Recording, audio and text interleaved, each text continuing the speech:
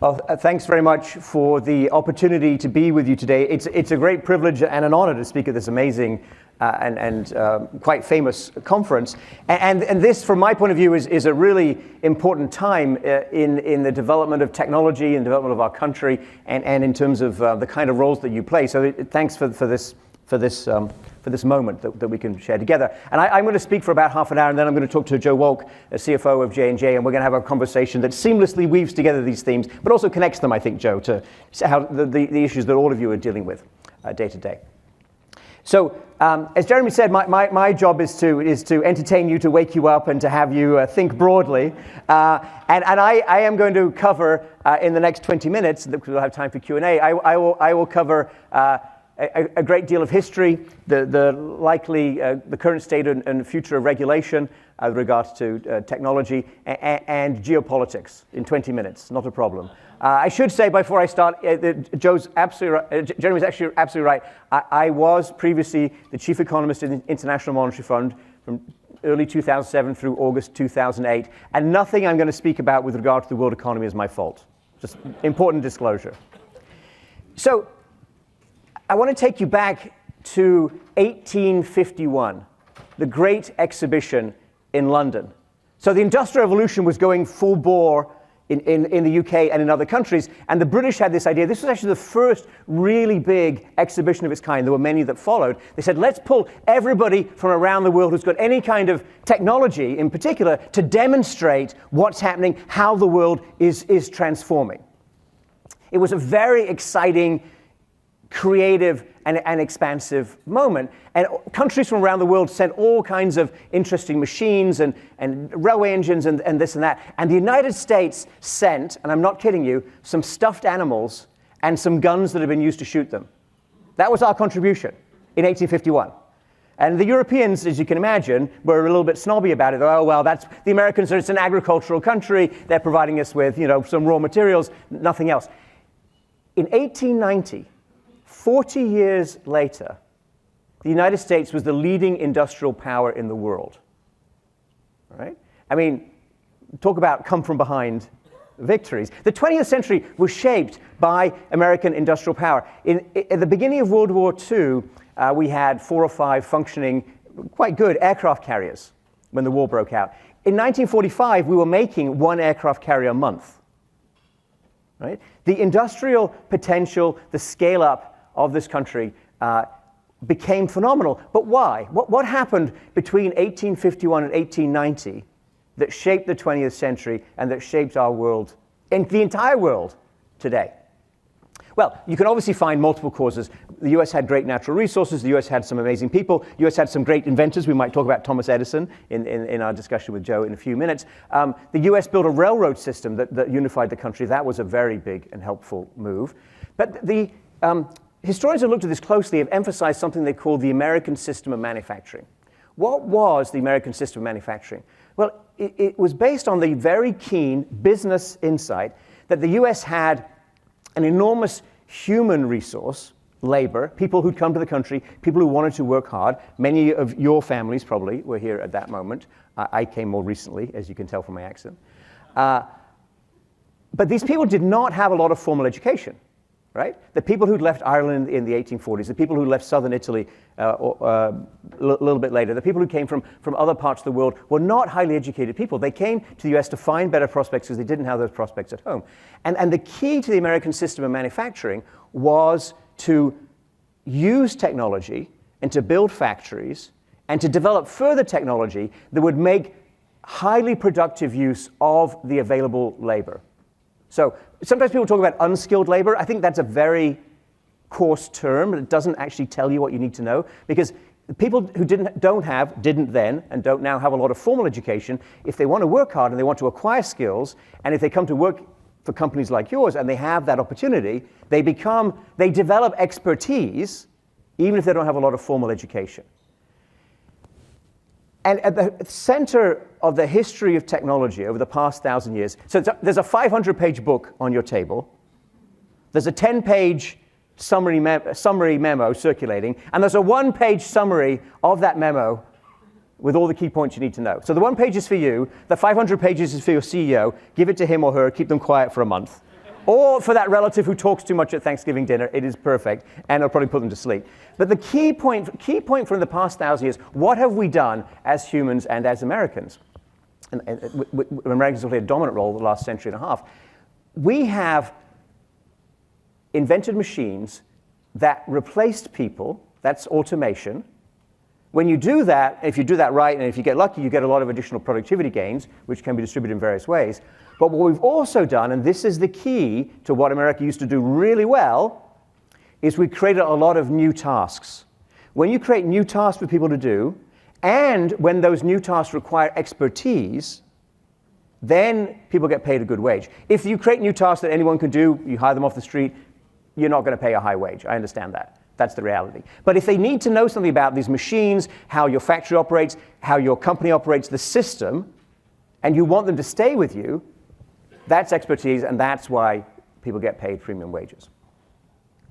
So what the American system of manufacturing did was develop technology, build factories, sell products to the world using this unskilled, not very educated labor, but building expertise in and creating an enormous number of new tasks. My colleague David Autor at MIT, he and I and Doron Asimoglu, my co-author on the book, run a center on the future of work at MIT. And one of David's most fascinating results or findings is that of all the jobs that we have today, all the tasks, you break every job down to tasks that we do, how we spend our time, 40% of the tasks that we have today didn't exist 100 years ago. Right? New tasks being created is a fundamental element and part of human progress and innovation. When Henry Ford came to Detroit, Henry Ford previously worked for Thomas Edison, actually, and knew a lot about Edison's inventions. Henry Ford decided to take on automaking. In 1900, the US made a total of 2,400 cars. That was it, total US auto production. In 1929, Ford and GM each made 1.5 million cars. And the auto industry employed 400,000 people. Now, Henry Ford himself made two major contributions to that process. One is he put car assembly onto a moving production line. I think you've all seen the Charlie Chaplin movie. And he brought electricity to that production line. That combination boosted productivity probably by 100 times in the core activities. So Henry Ford, let's be very clear, replaced people with machines in the assembly of automobiles. But what he did, and what the manager, engineers around him, and what, of course, what the process of competition did, was create an enormous number of new tasks upstream of auto assembly and also downstream, in a way that transformed that industry and also transformed the country and the world.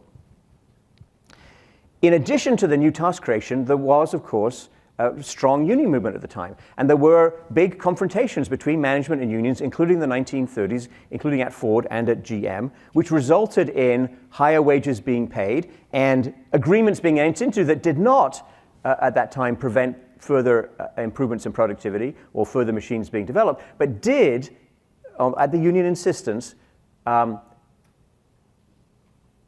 result in those productivity increases being shared with workers through higher wages.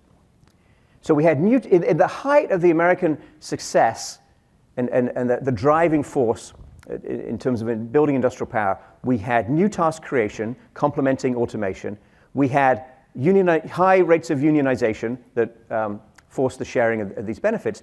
We also had a particular, and I think different from today, concept of shareholder capitalism. So I can show you speeches from the 1920s where people like yourself and leading figures in industry say the American system of capitalism is strong because we work hard,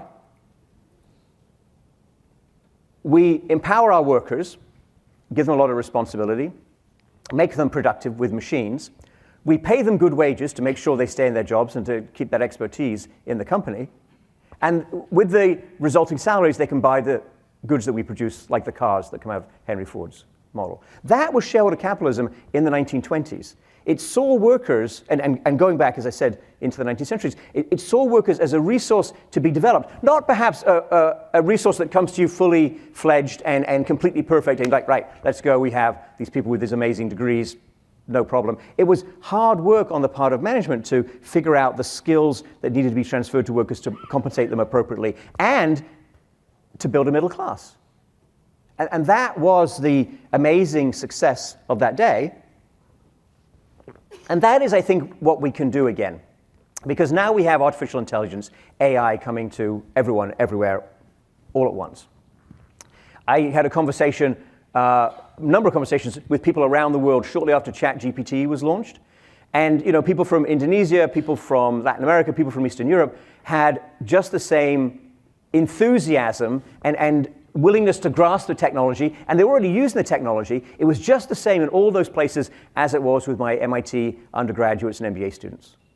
Absolutely remarkable. So, and I think the reason for this is partly the fun element, computer that can actually seemingly think, interesting. Partly it was, hey, I can actually do some things with this, but partly it's because we've already built digital rails that can distribute this kind of product instantly everywhere. So electricity, people we can talk about, and you can ask about what are historical parallels, have we ever seen, what other technology transformations have been so profound.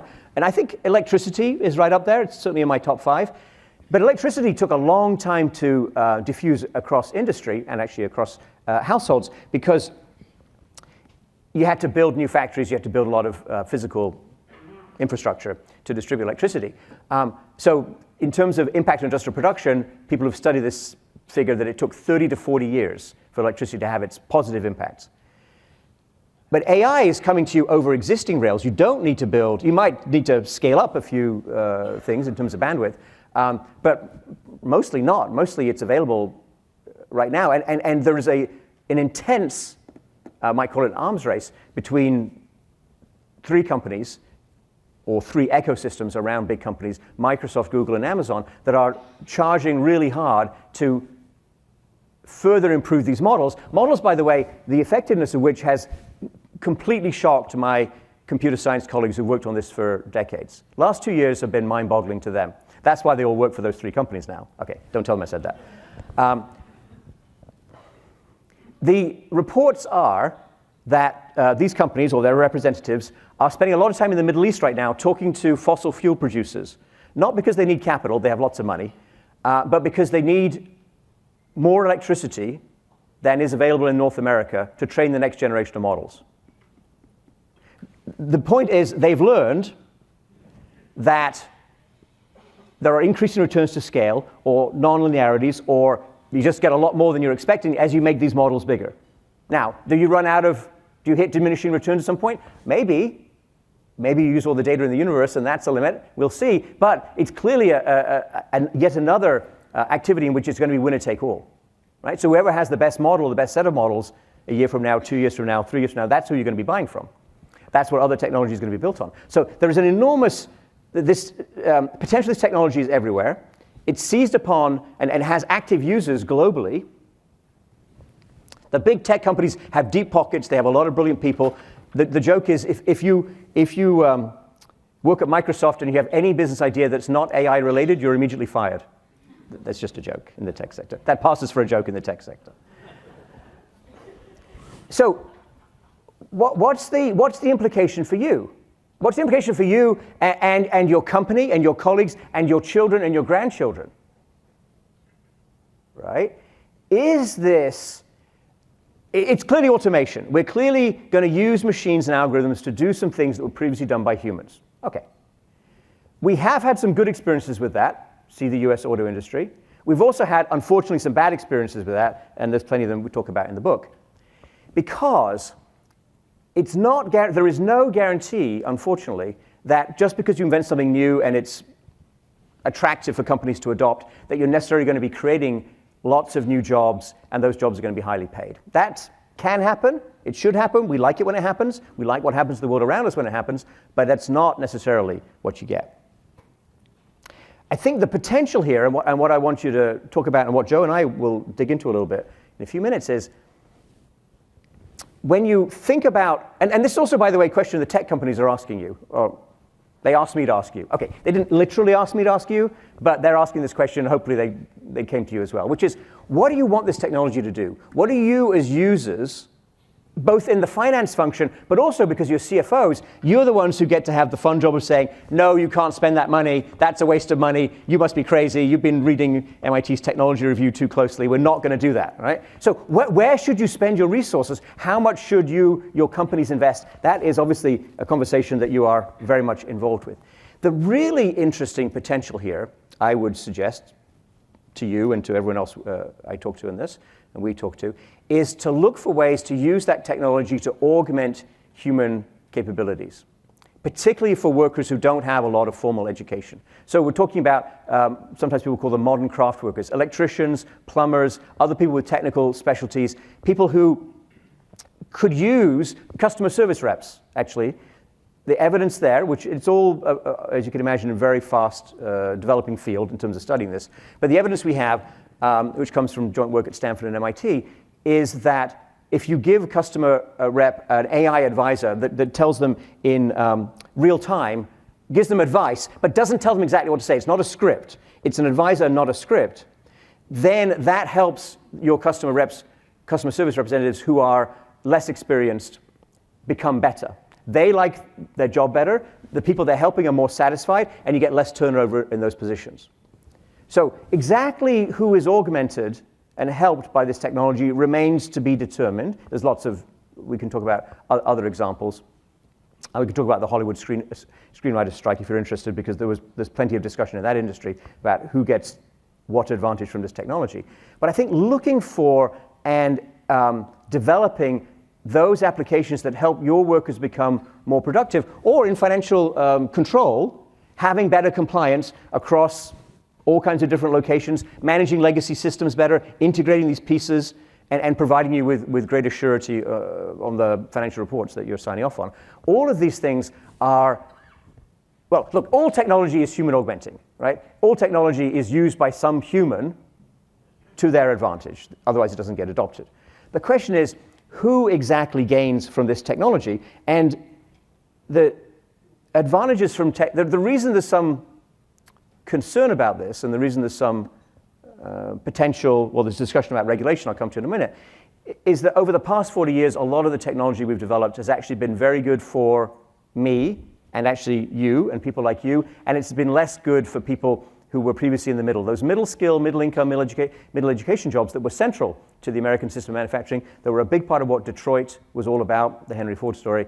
Those jobs have, to some extent, and to a large extent in some parts of the country, those jobs have disappeared. So we've had job market polarization. People at the top have done well and are productive, and we have a lot of jobs, we're good at creating jobs at the lower end of the labor market, but you don't get paid a lot of money. But we've lost a lot of the middle. There was nothing, I think, inevitable about that. It was the result of some political choices and policy choices and business choices. Nobody really knew this is where it was heading. I'm not pointing fingers at anyone.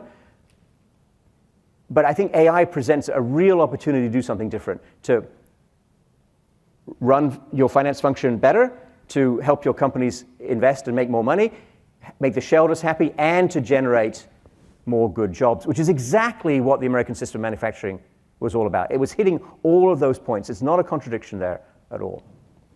So let me say a few things about where we are in terms of regulation, because I know that's something you love to hear about. Government regulation makes you very excited first thing in the morning.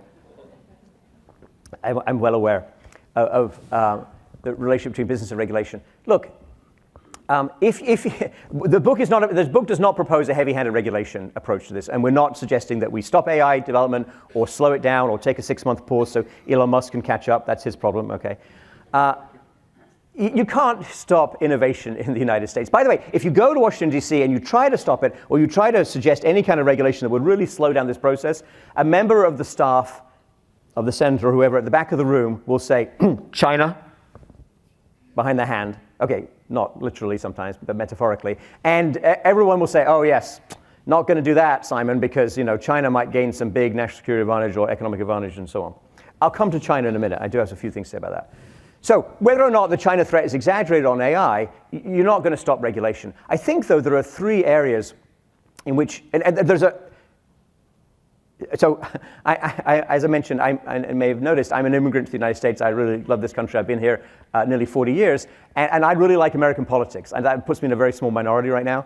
But the country I'm from, the politics is run by a very small elite that is extremely closed-minded and hard to talk to. In this country, it's a big free-for-all, and the ideas are flowing all the time, and politicians are competing with each other to come up with things that can build any kind of consensus and get traction.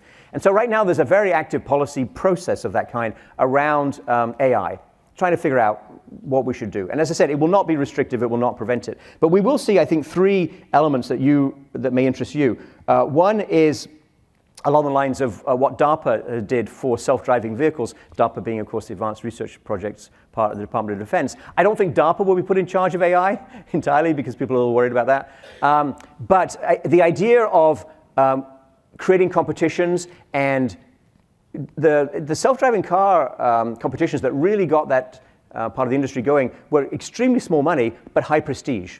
And galvanized opinion. So pulling people into what kind of AI do we want to invent? What are we not getting from the private sector? How do we accelerate that for social or competitive purposes? That's going to be a hot topic.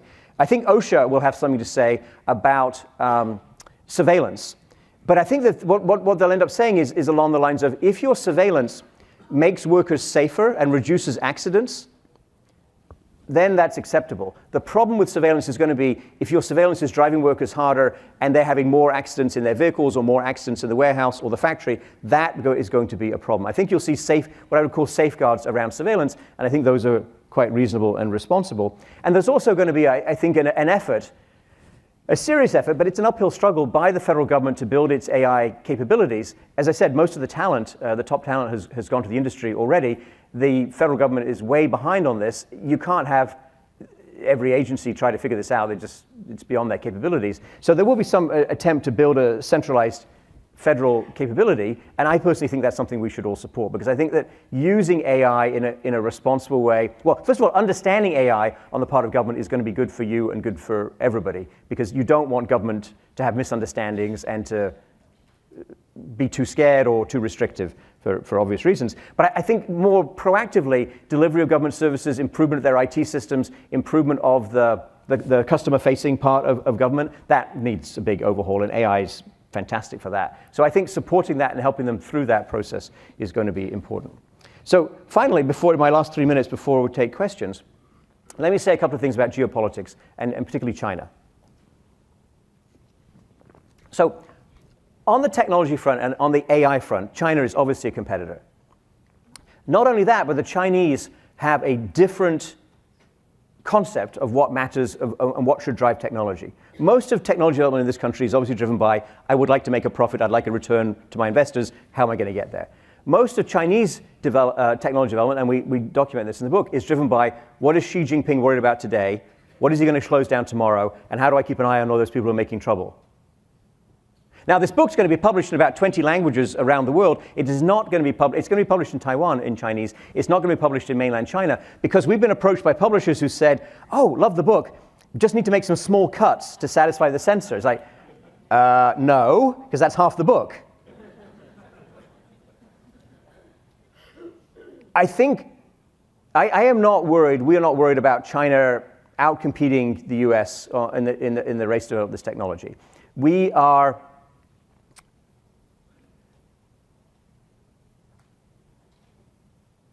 confident that China is going to pursue a different route, which will not be focused on the productivity enhancements that I talked about and that we need, but it will be very heavy in surveillance. And the geopolitical implication of that is going to be that 100 countries around the world, roughly, will buy that technology from China, and they'll use that China to underpin their more or less authoritarian regimes and strengthen surveillance over people, not particularly in the workplace, but that too, but also in society. The cost of being authoritarian has come down because of what China is building in the AI space. So that's just a fact about the world. On China, and this is my last point, there is a parallel conversation. And it's interesting, in Washington, D.C., sometimes the economic conversations, the technology conversations, and the geopolitical conversations don't intersect. But if you visit them all and know people in these spaces, you can see either that there's some overlap or there's some convergence. And the point about China that I'd like to leave you with, and then we'll do some questions, is the current term of de-risking out of China And diversifying your suppliers and your supply chain away from China, I think is entirely appropriate and actually long overdue. Because if you peel back the layers in terms of what Russia has done in Ukraine, what Iran has done with Hezbollah, what other countries are doing or can do, what you see is a world in which petrostates, Russia and Iran, can engage in or foment violence against neighbors and perceived enemies, and they make money by doing that because any instability in the oil market drives up the price of oil. So Putin, when he invaded Ukraine, the price of oil went from $90 to $120 a barrel. The G7 took some countermeasures. We can talk about them if you like. They were good in principle, have not been well enforced for political reasons. But behind those petrostates, why do they do this? How do they do this? Who's supporting them? Where do they get the technology? It's China. And I think it's good to talk to China. I'm not proposing and I'm certainly not wishing for violent military type confrontation with China. But China and Chinese, the fundamental assumption of the 1990s and the opening of the world economy after the end of the Cold War and letting China into the World Trade Organization, the fundamental belief, the guiding principle in Washington and all other Western capitals was if you trade more with people and you open up to them and you exchange ideas and people, they may or may not become democratic. Honestly, I don't think that was a top American priority. But they will behave better. They'll be more friendly. They'll be less difficult. Well, that's not what's happened, right? That's not the world we live in. That's not how people think about China. Yes, we are incredibly intertwined. We don't even know at our level 3, level 4 of suppliers, we don't even know where those people are located, perhaps. But I think it's time to figure out. I think your AI systems are going to let you do that. I think the visibility of this is going to become a lot more transparent. And I think the political risk of the current engagement levels with China are elevated. And I think diversifying, my final word to you is diversifying, de-risking away from China makes a lot of sense in geopolitical terms. And that meshes with what I've laid out to you in terms of the future of technology and the future of policy and the future of innovation and the prospects for really strong job-creating economy in this country. Thank you very much.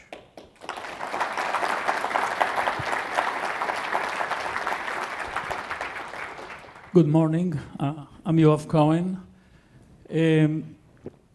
If you look at the next 20 to 30 years from now, where AI is going to be obviously embedded in many, many industries. I've seen, for example, a month ago, software that takes care of the AP, the accounts payable, writes memos, and so on and so on. What would people do? I mean, a lot of jobs are going to be disappearing. You mentioned the cars, so drivers, and so on and so on. So any thoughts about the next 20 to 30 years as far as what would these people do? Well, economists, as you know, are really good at predicting things like inflation next month. So I'm absolutely the right person to ask. Look, I think with appropriate humility, and I also, by the way, have spent 35 years at MIT, where all the crazy people who say the crazy things turn out to change the world, and the people who don't wear shoes at MIT are the ones you should really take seriously. So I understand that the world will change many times in the next 30 years, and I think the point is we will also create tasks that we can't even imagine now. But it's a good question, because you're quite right, we will be replacing people in some tasks. So what do we want them to do? What should we want them to do? What do we tell our children to study in college, right? And I think that the heart of this, the dynamic, the strength of this economy, looking historically, looking around the world, is innovation. So we're 330 million people who run the most highly innovative, sometimes a little crazy innovative society in a world of 8 billion. That world of 8 billion has a lot of problems to be solved, right? And we're people who can come up with solutions. We're people who can sell products, ideas to others. And I think pushing harder into innovation and figuring out what AI will enable in innovation and what kind of skills will be needed, I think that's the key. And what I say to my children, and my children pay a lot of attention. They're in college. They pay a lot of attention, as you can imagine, to me. Yeah, Dad, you're an economist. What I say to them is, actually, I say this to my students who do pay a bit more attention because they pay money. is you need to integrate those human social skills with the technical skills, right? So you need to understand the technology to be able to use it, but you need to be able to relate to people and work in organizations with it. And I think pressing on innovation in every form that we see it has served us very well as a country, particularly when we tie that to creating more good jobs. Professor, thank you. A great talk. I run a large AI and ML software company, and my passion is to deal with mid-size and small businesses. How do you see, in a world where there are no data scientists and data engineers, how do you see the people in this room being able to take advantage of what Google and Microsoft and other large, much larger companies with very, very deep pockets are able to do, particularly with the talent shortage that we have? How do we bring the AI and the ML practically down to the smaller and medium-sized businesses? Okay, so the answers are on table 5 in the middle. You cluster around him at the break. Look, I think on the talent point, that the previous question was exactly right. There's going to be a lot of talent available, quantitative talent, not doing some of the routine finance tasks. I think bringing that to your mid-sized companies, that's a fantastic, well, I wouldn't say project, incredibly profitable opportunity, right? Because it's connecting the foundation models, which are done by the big tech companies, which provide you with some sensational and playful things like ChatGPT, but figuring out how to connect that with business applications in an appropriate manner, in a way that protects your data, right? In a way that allows you to retain your proprietary intellectual property. Those and actually be useful. That connective tissue doesn't exist yet. So congratulations on being in that space. I think that is absolutely that's one of the booms that we're going to see is in that kind of design and delivery. But I'm not worried. I'm not worried about the availability of talent to you, because I think a lot of talent is going to be released from the deployment of AI in companies more broadly. People, a lot of not routine tasks, because those have already been automated, but tasks that are quasi-routine or have some routine element, those are going to go over to AI. So that means people are available to you. Now, do they need retraining? Probably. Can they get that retraining in some flexible manner now, also offered by companies in this room? I would think so. So I see only opportunity, honestly, for the U.S. in this. Good morning. Matt Budd. I chair the Financial Executives Networking Group. Flyers are out on your tables, by the way. The question I have for you is, how do we maintain appropriate skepticism about what comes out of artificial intelligence? I liked your story. And the quick story I would tell you is, I started my career when we were still doing spreadsheets by hand. And I would argue that as Lotus 1-2-3 became very popular, the recession, I believe it was in the early 90s, my belief was caused by spreadsheets from Lotus 1-2-3, because the operative phrase back then was, you have to believe it, it came off a computer. Well, look, I think that's a very good question, good anecdote. I'm older than I look. I started my career with slide rules, but that's another story. Look, right. So I think that, sorry, I fell into the joke trap there. And so believing what you get from computers, look, I think that's the essential. Sometimes people talk about keeping humans in the loop, right? The problem with human in the loop is, if you let the machines do all the work and the human's supposed to be there watching, the human is actually not watching. They've fallen asleep. They're on Netflix or whatever. And so one of the big tech companies, I think it was Google, but don't quote me on that, was trying out self-driving cars in California, and they said employees can drive the self-driving cars to work, but you have to. It's what they call level 3 self-driving car. So you have to keep your hands on the wheels all the time and eyes on the road, even though the car will do the driving. Well, but they had videos in the cars to watch what the humans were doing, and the humans were doing things like opening the sunroof, standing up in the highway with their arms out like this, right? So I think how you engage humans and what humans do and how you keep it interesting for humans is very important, because you can't trust the machines to do everything, right? So that human-machine interaction, because you need the human element, and you also need the human to tell other humans, and you need the human to think about what comes next, and you want the humans to think about things that we've never. Obviously, what the algorithms do right now is they sum up all of human knowledge and they spit out what they think you should do as the next, how to complete your sentence. And what they'll be doing soon is summing up all of human knowledge and everything the machines have done and telling you how to complete that sentence. But what we want humans to do, and I think this is where we're going to bring Joe up, is what humans do is what humans are good at, which is things that are really new, things that are really creative, both in terms of, let's do this, we've never done it, there's no data on it, we don't understand it, but it makes sense because we can see where this could go.